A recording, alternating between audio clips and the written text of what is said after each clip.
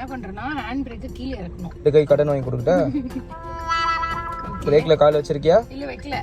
வண்டி லைட்டா பேக் போற மாதிரி இல்ல உனக்கு? இல்ல. சரி இப்போ என்ன பண்ணோம்? இப்போ வந்து ஃபர்ஸ்ட் கியர் போடணும். கிளட்ச் கியர் ஃபர்ஸ்ட் கியர் போடு. போட்டுமா? போடு. 3 2 1 கிளட்ச் எப்படி ரிலீஸ் பண்ணனும்?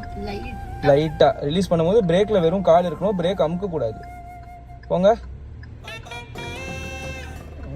Super super super. Speed breaker வருது.